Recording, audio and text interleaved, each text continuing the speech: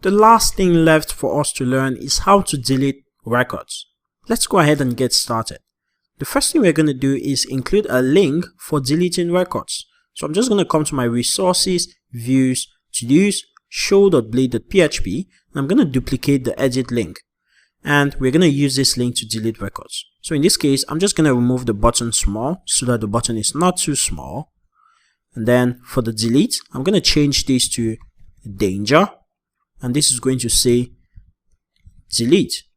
And for the delete, it's going to go to a route to-dos, the ID of the to-do, and delete right here. Okay, so if you come back and refresh this page, you can see we have a delete button right there. So when the user clicks on this delete button, it should delete this record from the database.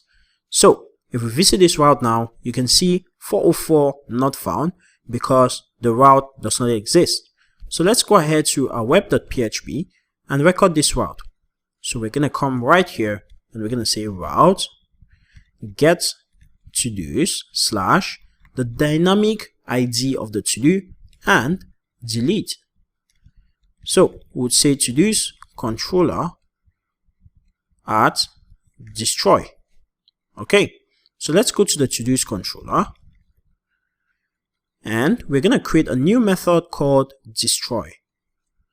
So public function destroy, and since we have a dynamic parameter in the route URL, we are going to receive that parameter right here.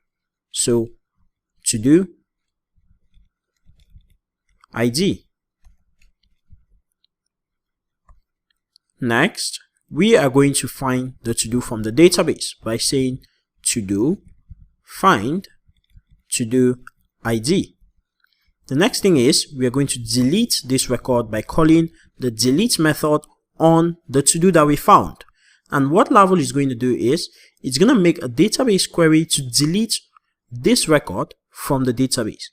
And once that's done, we're going to return redirect to the to-dos route. Okay, so let's try this out. If we go back, click on delete, you can see we are redirected back to this page and that record is gone. So if we click on view, click on delete, we're redirected back to this page and we have just 5 left.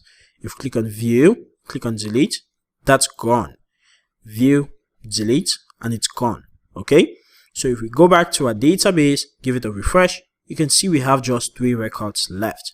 And that's how easy it is to be able to delete records from your database. Just like that, we've added a create, read, update, and delete functionality to our Laravel application in less than a few minutes. Thank you so much for watching, and in the next lesson, I'm going to show you some cool tricks to make our project better.